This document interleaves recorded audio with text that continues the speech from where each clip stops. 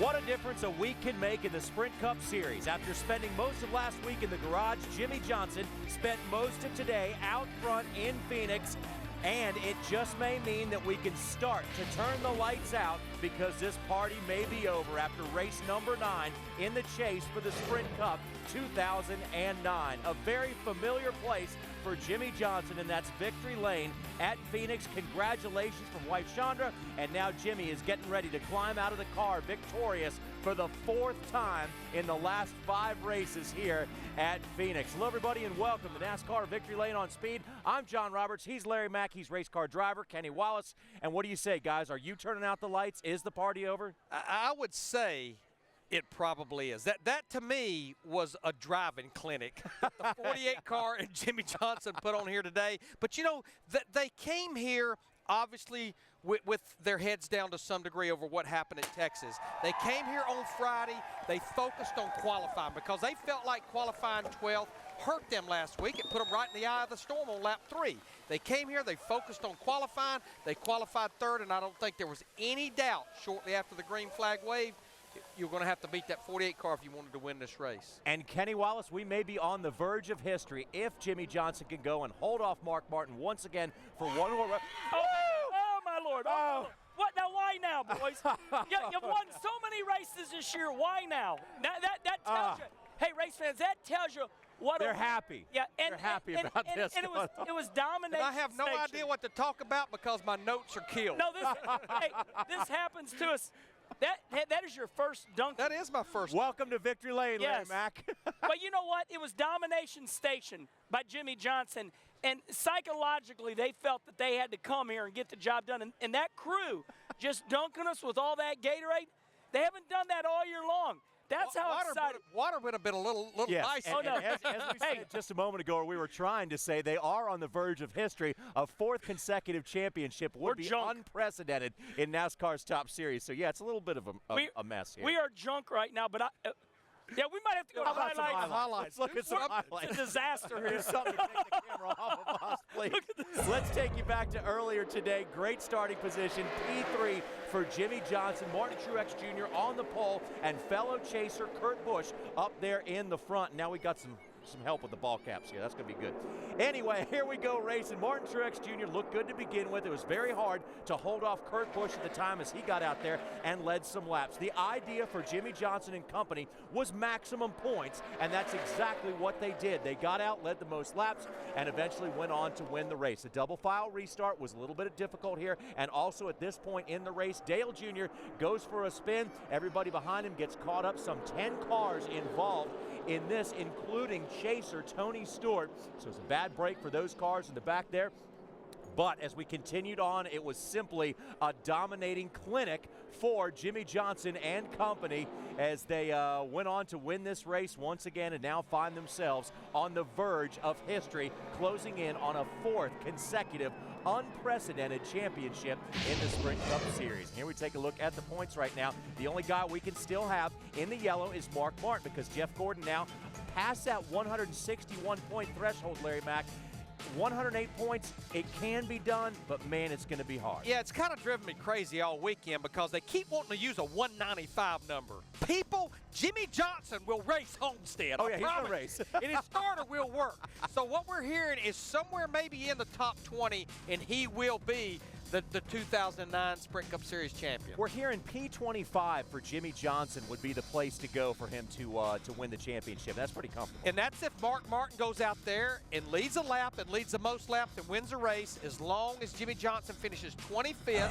And I would love to look at my notes to see how many times he's finished worse than 25th. But we don't have any anymore. Quit right now. Congratulations from Mr. Rick Hendrick as his dominance on his team continues here at the Phoenix International Raceway. You got to go back 6 races now to find the Jeff Gordon victory. That was followed up by 3 Jimmie Johnsons in a row, then 1 Mark Martin for Hendrick Motorsports. Now another Hendrick Motorsports victory here. I would say that this race means more to any race they've won this year.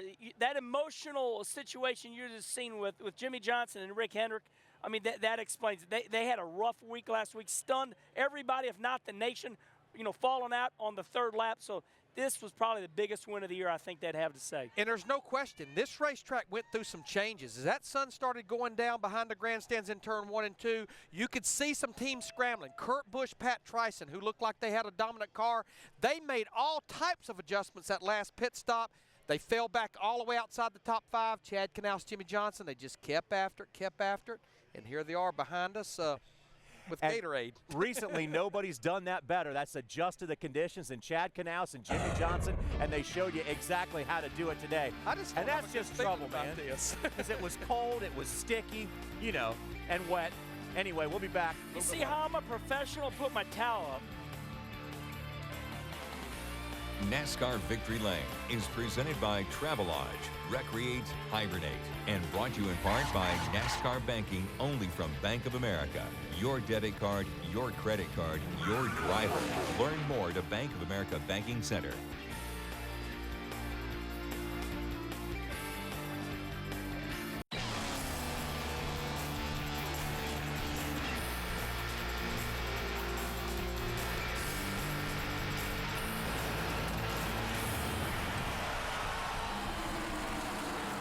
Welcome back, everyone, to Victory Lane here at the Phoenix International Raceway. This has been a Hendrick Motorsports playground over the past couple of years, and today was no different as Jimmy Johnson took one huge step closer to a 4th consecutive championship. And if you're wondering why we have ball caps on or like covered with junk. red, well, we just got doused by Gatorade. Much more on that a little bit later. Let's now take a look at the highlights, take you back to earlier in the day under beautiful sunny skies here at Phoenix. They call it the Valley of the Sun, and that's exactly what we had today. Absolutely beautiful day for racing out here, and it was Martin Truex Jr. who led us to the pole. Yeah, but you see that 2-car, Kurt Busch, on the high side, got the great run, and he started this race exactly where he ended at Texas, and that's leading that first lap. Kurt Busch, this is one of his better racetracks, and he showed us why as he jumped out, got a couple of bonus points quickly to lead. Now let's take a look at the the 07 and the 77 5-car as well. One of the chasers, Jeff Gordon, below as they get a little scraping going on. And Mark Martin was holding his breath at that point. But look at Mark. He qualifies around 10th to 12th.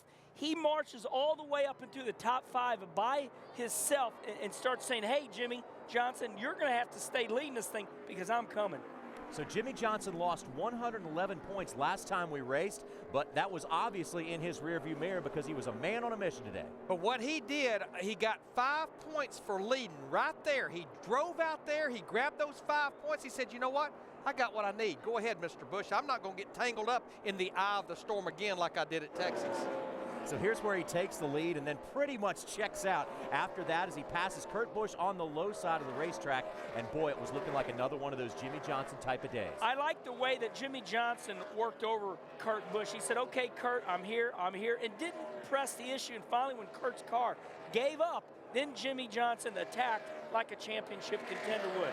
So we had 116 green flag laps here at this racetrack. Here's our first round of green flag pit stop. Starting right around lap 69 to 70, we started seeing the leaders hit pit road for 4 tires and fuel. Greg Biffle, he was the first group to hit. Now, Jimmy Johnson in the 48 car, he hit pit road at lap 74, but when all the green flag stops cycled through, the 2-car of Kurt Busch came out in front. Close call for Sam Hornish, who actually had a top 10 run going before that pit stop. And one thing I want to talk about, Larry, is you should really notice, okay, why did he spin out? He had rear brake in the car. That is something new in our sport with these new cars. I guess about 5 years ago, everybody started cranking rear brake in the cars. Let's go up to the front for the class of the field today. The 2-car of Kurt Busch getting stalked again by Jimmy Johnson. But it didn't take but about 15 or 16 laps for that 48 car to get that lead back. As I said, after the green flag stopped, the 2-car won the battle off pit road, but at lap 91, that 48 car was dogging him and went back by him. And I'm not sure, other than through green flag pit stops, the 48 ever saw anything but the lead again. Double file restart, shootout style, and it was a little bit of a problem here for the first time ever at Phoenix. You go back to Dale Earnhardt Jr. about the 7th row. We take another look at this. Watch Dale Jr. He's right to about halfway through the green and white car. Here we go. He's got a little bit of a gap. Whoop, he gets on the brakes, tries to get out of the way, and it's chaos from there on. But honestly, it almost started all the way on the front row because it's like the leaders up there got going, they slowed down, and it's just a chain reaction, a very narrow front straightaway. Well, let's try this again. The 48 shows the outside on this restart. Championship contender Mark Martin on the low side. And that's something we should not overlook. That was a big deal because when he started on the inside the restart before, he was tied coming off of 2. He said, I'm taking the outside this time. 18 in the 24. Watch Kyle Busch in the 18, Jeff Gordon in the 24. They will get together coming up here, and Jeff Gordon was not too happy about this. But I think Kyle Busch, the 18 cars, we saw a lot of cars, he got those left side tires down at an apron and it shot his car up the racetrack. Well, here we go. Here's a good look. Look at the 18. He gets underneath the yellow line, and you have to have room. I'm going to tell you what now. I know Jeff's a 4-time champ, but Jeff did not give him any room. As many races as you run here, you know you got to give that guy some room. Let's watch. All the way under the yellow. See, look how much Jeff had him crowded down. So, I mean, Jeff could have given him some room. So at the halfway point of this race, we have 312 laps around this place, 500 kilometers. It was very clear that if anybody thought Jimmie Johnson was going to come out here and run conservatively, you thought wrong. He was going for the win and to lead every lap he could. Well, and that's their mentality. It's Chad Knaus, it's Jimmie Johnson, it's that whole 48 team's mentality. We may see a little different formula next week, knowing that they only have to finish 25th or better, but here it was all about going where they're at right behind us and covering us in Gatorade. So again, one huge step towards another championship for Jimmie Johnson. It's not over yet, but he does have another one of these beautiful pictures from artist Bill Patterson. And, you know, normally he might have to wait a while. He could probably start a painting this about lap 100. Welcome back to Phoenix, everyone. You know, what is it with this 48 bunch? They just love squirting stuff all over each other. They know how to do it very good. Well, they got the champagne on each other. They got the Gatorade on us, but they're allowed to do it. They got a lot to celebrate today after an absolutely dominating performance by Jimmie Johnson. And remember last week, Kurt Busch said, make sure you spray the warm stuff, guys. Let's drink the cold stuff. Let's go back to the highlights now. When we left you, Jimmie Johnson and Kurt Busch were, again, the class of the field. But check it out here in the second half. Bye-bye, 48. I mean, there was no doubt in this 48 car, especially once we kind of got through the first half of this race.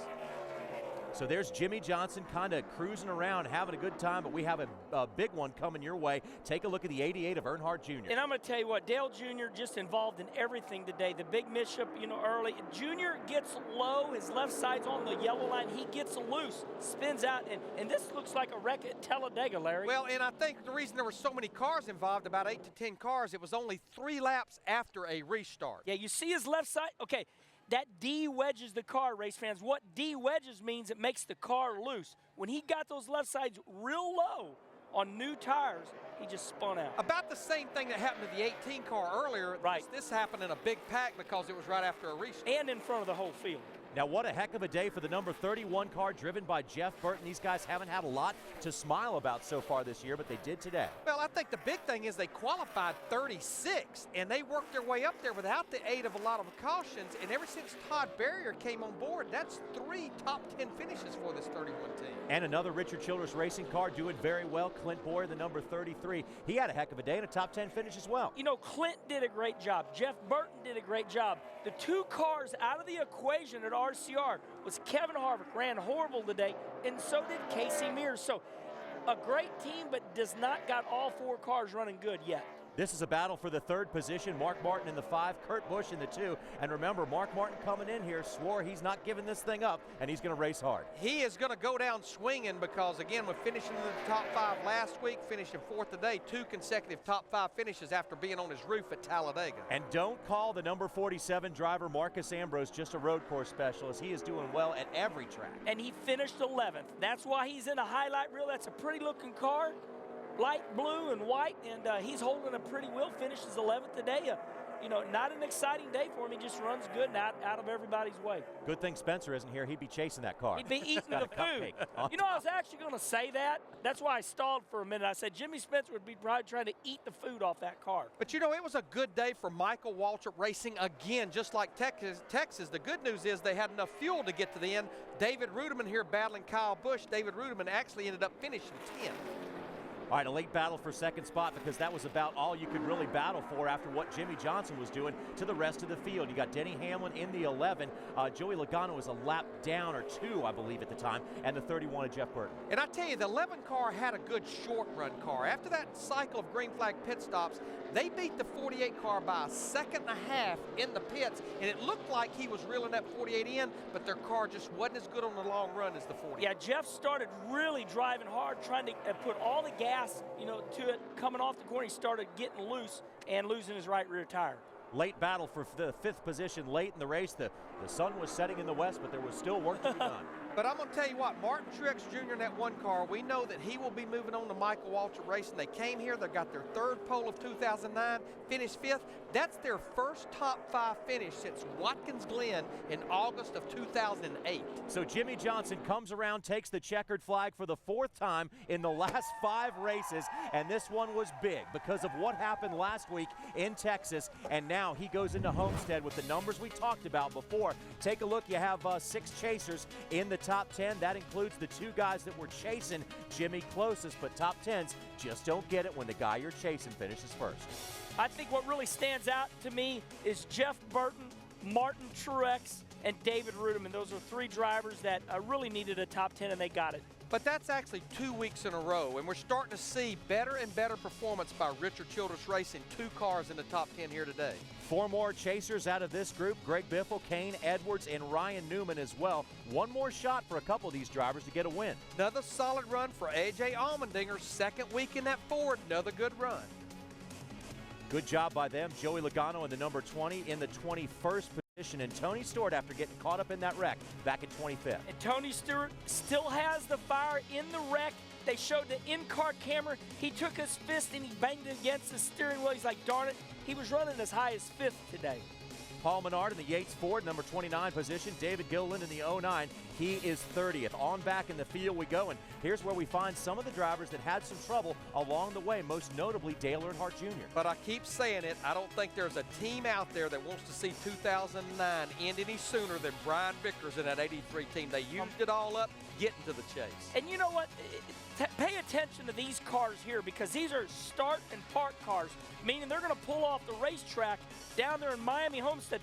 These 3 cars here could play into Jimmy Johnson wrapping up that championship. Let's take a look at the points, and here's the numbers where the rubber hits the road. What really matters right now: 108 points back. Jeff Gordon now mathematically eliminated.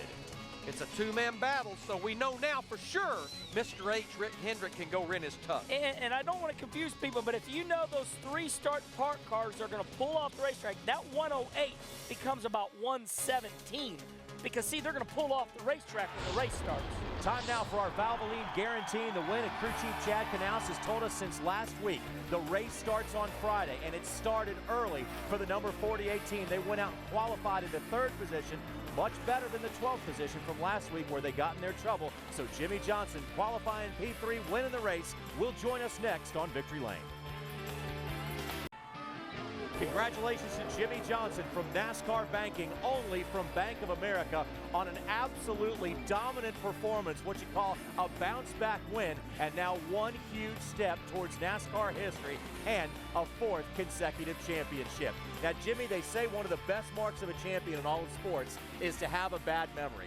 How soon could you guys forget what happened in Texas and obviously focus on what turned into one of the most dominating performances you guys had all year? I can say that Texas is almost out of our minds. And if we're able to pull this off at Homestead next weekend, it won't be a big deal. Yeah. But if we come up short and we miss it by a few points, Texas will be in the forefront of our mind, and we'll never get over it at that point. But right now you guys are looking at an absolutely great position going in there. We know there's still work to be done, but you got to like where you're sitting. I really, really like where we're at. But I think, going into Texas, I felt comfortable about things and was trying to figure out how to really race to protect something and on and on and on.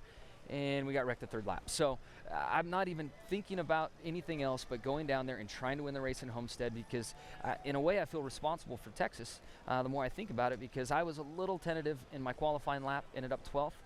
That had us right in the eye of the storm, and I was taken out. So, next week going to Homestead, I need to show up on Friday ready to go, try to sit on the pole, get the best starting spot I can, same with that pit stall pick, in track position, and go from there. So I won't be smiling a lot over the next 7 days because it's time to go win a championship. You know, Jimmy, I found it interesting. You know, we ran 116 laps caution-free, and of course, this is another one of those tracks, even though we have a lot of experience with the double file restart shootout style, that on the first caution of the first restart at lap 120, you went to the inside. And then we had a caution come right out because they started stacking up behind you, and on the next restart, you started on the outside. Looks like that's where you chose the rest of the day. Yeah, the first one, I wasn't really sure if there was going to be a good spot, you know, which lane would work out best. But on the second restart that we had, there was some stage ride down on the bottom on the inside lane. And I thought, well, I don't want to restart in that stuff. I'll put second place over there. And it worked out great. I think it was Mark spun his tires real bad, and I got away. And then I felt like off of 2, I had some more options to, you know, really control myself, and elected to stay outside on the following restarts, and it worked out. You know, Kurt, I really thought Kurt was going to give me a run for my money, and he did, and we just barely got by him off of 2. I think he got loose being trapped down on the inside, but I didn't know where to be, and what helped me find the right lane was the fact that there was that caution with the kitty litter down, and I knew not to start over there. Jimmy, I would think when the year is over, everybody's exhausted. I guess to win a championship, it exhausts you. But this race, after everything that happened last week, would you say this was your biggest win of the year or not? Man, I think so in a lot of ways, because to, you know, pick ourselves up and dust ourselves off from last week, show up this weekend and be as strong as we were through practice, qualifying, and then also the race. It was time to step up and show what this team was made of, and not only from a driver's standpoint, but from Chad's standpoint, calling a race and setting the car up. The pit stops on pit road. I mean, the guys did an awesome job with the, you know, pressure on them. So I think as a group, this is one of the biggest wins of the year for sure.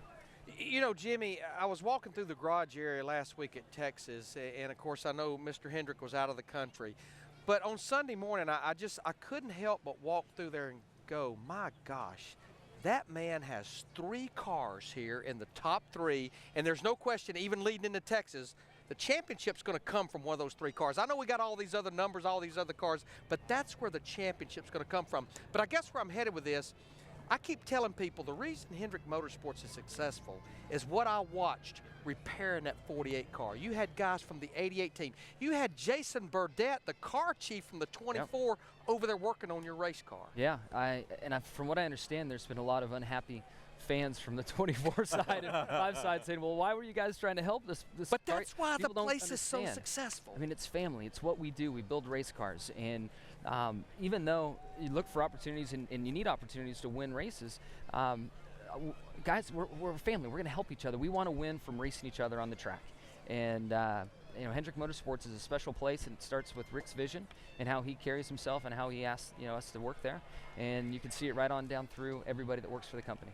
Now, Jimmy, 47 wins career for you and your group, and Chad Knaus, most of the guys have been around there for a while. You guys are usually pretty reserved in victory lane. But the second your guys got here today, they doused at us with Gatorade. I mean, that's just got to tell you how exciting, how excited your group is about this win, how important it is for them. Yeah, everybody's excited to get last weekend off our shoulders and have it go away and just get it all kind of out of your system and stuff. So you guys look great with this pink hue shirts and your papers. Glad to be a part of your victory lane celebration. Well, and you tell those guys we have videotape evidence. We didn't see, but it's videotape evidence. I want to say that we have to get Larry some experience, because Larry thought this was just to wipe yourself off. I said, no, it's for this. I will actually furnish that. I will furnish Here's the water replay. if they want to use water.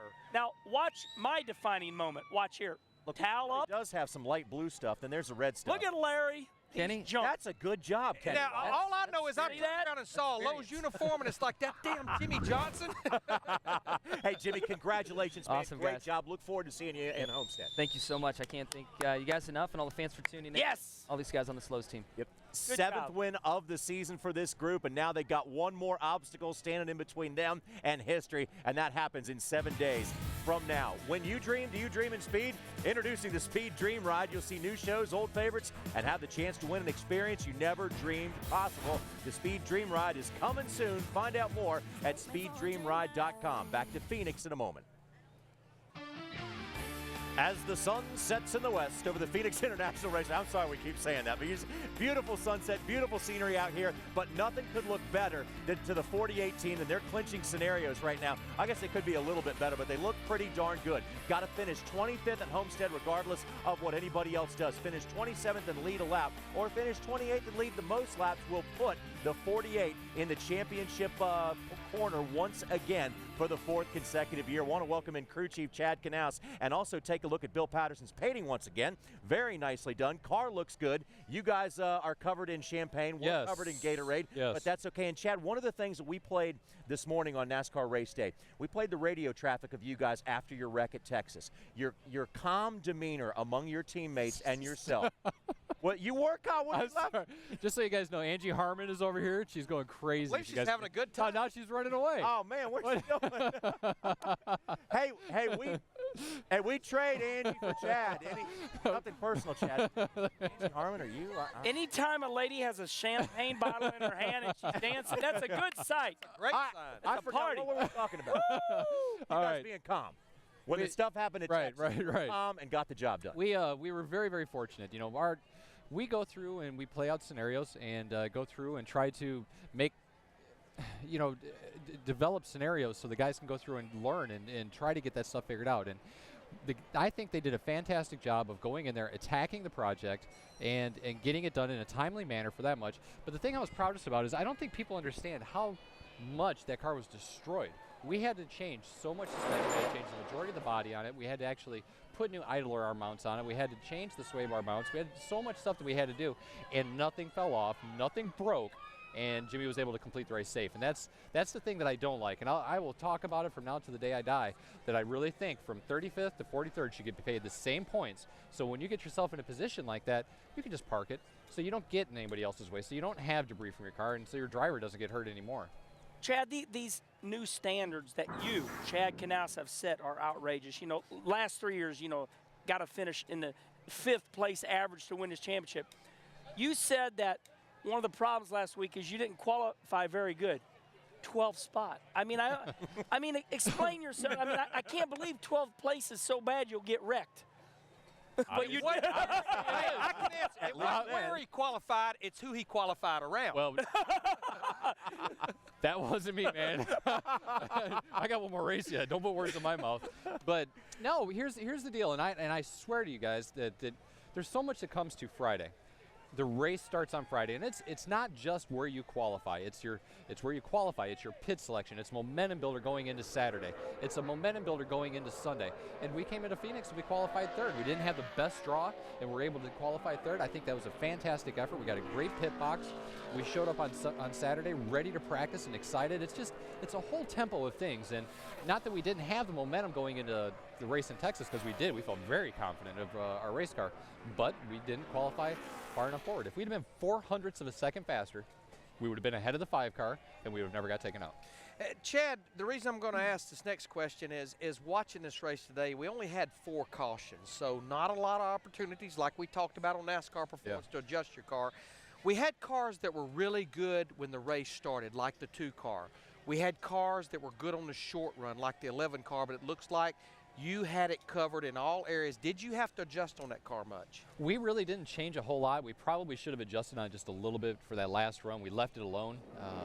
We could have done some stuff to made it just a little bit better. And I was thinking, you know, our short run game right now is really good, and we want to make sure that we can get away from the 11. And we were able to get away from the 11, but then we got kind of pinched back in behind the 20 and couldn't pass him. So that allowed the 31 and some of those other guys to start catching us. The 31 was really fast on the long run. The 5 car was really fast on the long run, but I was really thinking we would be well ahead of them by that point.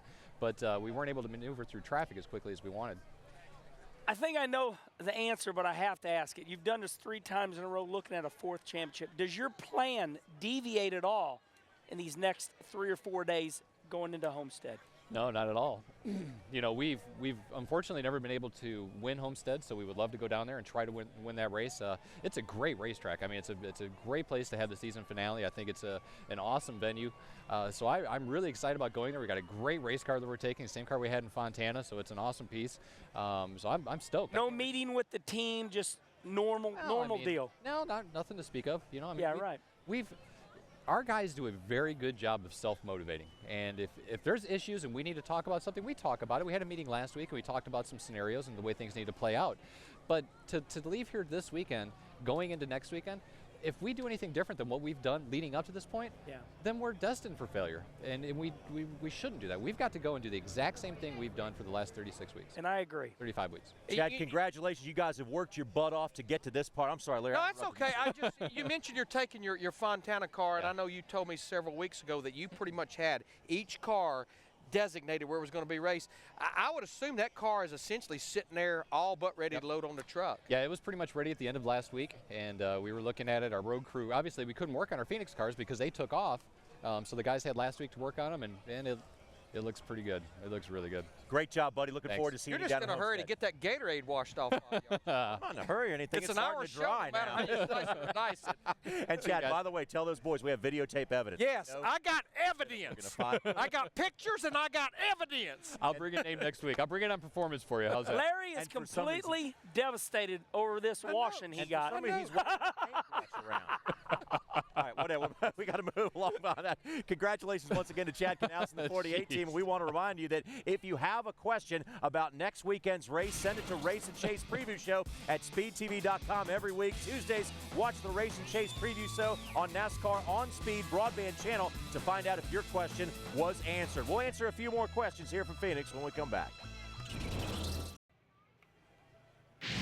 Back at the Phoenix International Raceway, where chase race number 9 is history. There is one to go, and now we have 2 drivers that are still mathematically in the hunt, with Jimmy Johnson in the driver's seat after the 48 team put on a dominating performance here at Phoenix today. Now, Mark Martin vowed to fight this thing to the end. He had a great finish today, but it's pretty hard when you're looking at Jimmy Johnson way down the track. Let's go to Bob Dillner. Mark Martin came on the radio after the race with Alan Gustafson and said, we gave it all we had. And you certainly did that with a good top 5 run here today. Let's talk about today's race, Mark. It was a good, strong run, and, you know, we earned it. You know, we didn't qualify as good as we would have liked to have at the start of the race. So, you know, we got some good long green flag and worked our way up. And then we were a little vulnerable in the middle of the race on those restarts, and we lost some positions. I kept lining up on the inside, which wasn't really the preferred deal, and we lost some spots and got some long greens and got those spots back. And the last run, if it went green all the way like it did, I thought we really had a chance to get up there and make it a 4-car race. And then about the time I caught Denny, my car got tight and it fizzled out. So it was just really a great effort. I had fun driving the car, and a great team effort. I want to ask you, 108 points going into Homestead. Jimmy wins the race here today. How about that 48 team going into the final race? Well, I think Jimmy is underrated, and someday maybe he won't be. But Jimmy Johnson personally is underrated. The guys are just incredible, and we gave it, man. We raced our heart out, every race, every lap. And here we are, and it's a privilege for me to go to Homestead and have a mathematical chance. I mean, that's a real privilege. And still, Hendrick trying to finish 1, 2, 3 in the points. Hey, Bob, that's looking real good right now. But when you look back at Mark Martin at his career, the number of different times that he's finished second in the points, he certainly was a sentimental favorite this time around. But, you know, no matter what, he's going to look back on this season and he's going to say, what a season. I mean, to come back after running 2 partial schedules for 2 seasons and coming back full time to get 5 wins, 7 poles. Looks like he's possibly going to finish second in the points. And don't write him off just yet. I mean, there's still a whole race to go. But I think he's having fun. That's the reason he went ahead and re-signed for 2010 and 2011, because he's enjoying and having fun driving that 5 car. You know, I've talked to Mark Martin, you know, one-on-one, and I said, boy, you're having a good time this year. And he looked, you know, that old Arkansas manner, he'd be all bent over. He goes, Herman? And he says, I love driving now because my cars are fast. And he's like, no, I'm serious. I like driving because they're fast now. In the past, Mark would have to grind his knees in the ground and he'd have to go, I'm all junk and everything. But he says driving this car, the 5 car, he just drives the car and he's up front all the time.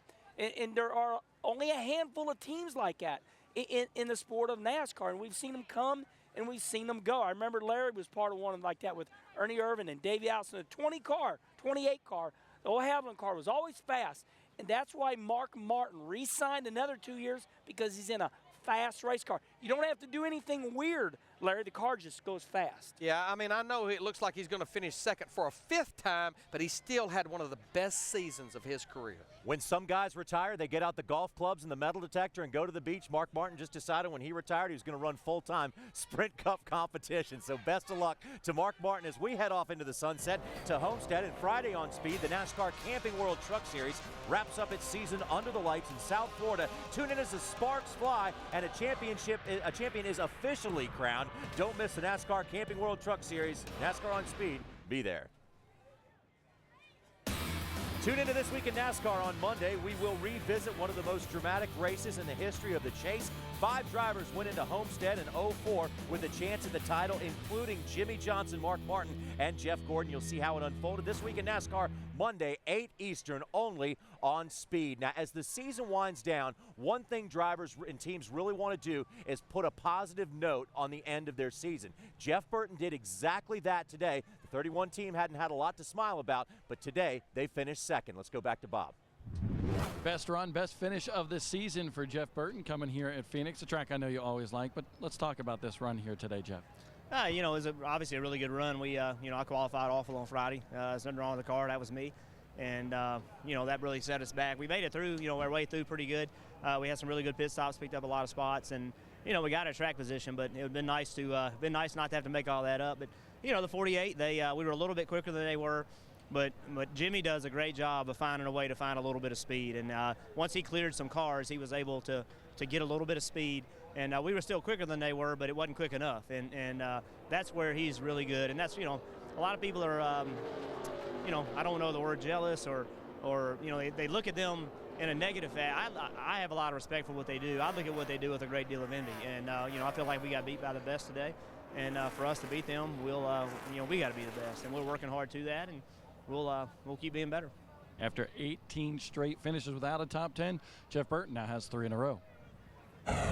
Yeah, Bob, that's a good sign for the future for that team. But again, there's a lot for a lot of different teams to prove as the season winds down. Well, and I think that's one reason that Richard Childress shuffled those crew chiefs one more time, and he moved Todd Barrier over there with Jeff Burton, because I think he looks and says that's where we need to be for 2010. You know, Jeff Burton went 18 races without a top 10 finish. He moved Todd Barrier over there, 3 top 10s. But what was impressive about that run today is strategy could not do it. We only had 4 cautions. Every time everybody came to pit road, it was 4 tires. There were no 2 tires by any of the guys at the front, but the pit crew was impressive. On that 3rd caution, that 31 car picked up 5 spots. Those 5 spots on the racetrack could take you 20 laps to make up, and they did it on a pit stop on pit road. You know, I hear so much about Jeff Burton. You know, it was car owner Jack Roush that said, you know, Jeff Burton, I guess this is about 8 years ago, he says, Jeff Burton wants my spot. I'm not ready to give it up. My point is that they say Jeff Burton is in the shop every day.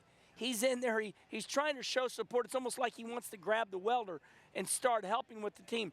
When you hear Jeff talk, he's so honest. You know, other drivers like, well, we just need a little bit of luck. And I agree with Jeff Burton. I just think Jimmy Johnson's one of the greatest race car drivers to ever live. He does it with ease, but Jeff Burton is brutally honest.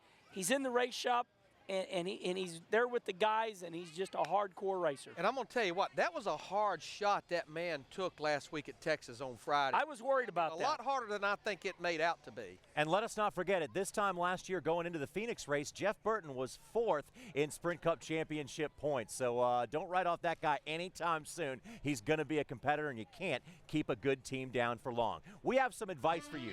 Go get your ticket and come on down to Homestead Miami Speedway and join us for Ford Championship Weekend. You can go to homesteadmiamispeedway.com or call the number. We guarantee a good time. Heck, they got warm weather and palm trees.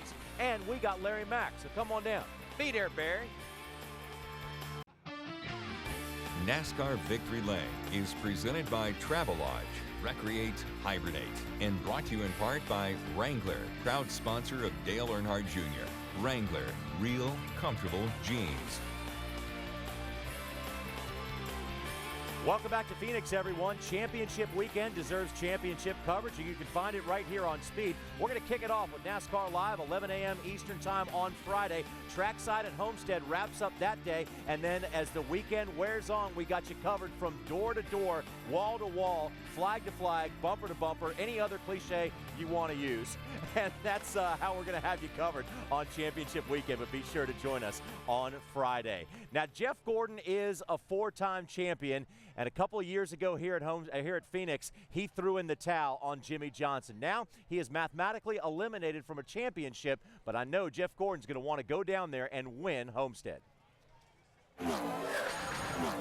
Those guys are amazing. Rick Hendrick and his organization is the best out there, and they've been proving it year in and year out. You know, and it's very gratifying to know that it's coming, you know, to Hendrick Motorsports and also the Manufacturers Championship this year. You know, and we're excited, and at the same time, we're just like everybody else out there. We want to beat the 48 team, so it inspires us over the offseason to try to get better, and we'll look at doing that. And right now, we got one race to go, and then, you know, we'll certainly look forward to giving those guys all the props and the respect that they certainly deserve, because they've earned it. Now, as long as we're soaking wet from Gatorade and kind of feeling our oats anyway a little bit here, we're just going to drag these two guys through the mud a little bit more, because you guys have both been in the position of the number 5 team before. You guys have both seen championships in your windshield and lost them. What is that like? Can you hang your hat on finishing second, or is it that you lost the championship? Well, I think one reason that I can't relate to the 5 car is because I wasn't all year long chasing a teammate. I was chasing another race team. And I think I read some stuff this weekend of Jeff Gordon. He's been chasing that, even though he has 4 championships, he's been chasing that 48 car for several years. And I have to believe, you know, Mark Martin hadn't felt it yet. Mark Martin is in his first year there. But Jeff Gordon, I just believe what I hear, what I see, what I feel. He's starting to feel some frustration chasing his teammate year in and year out. In 1991, I'm leading the championship all year long. Me and Bobby Labonte going at it. I wreck in Loudon, New Hampshire, and I lose the championship. I needed therapy. I was completely devastated, demoralized. I thought my life was over. And I did this for 3 years in a row in the Nationwide Series, so I do know what it's like to go after championships.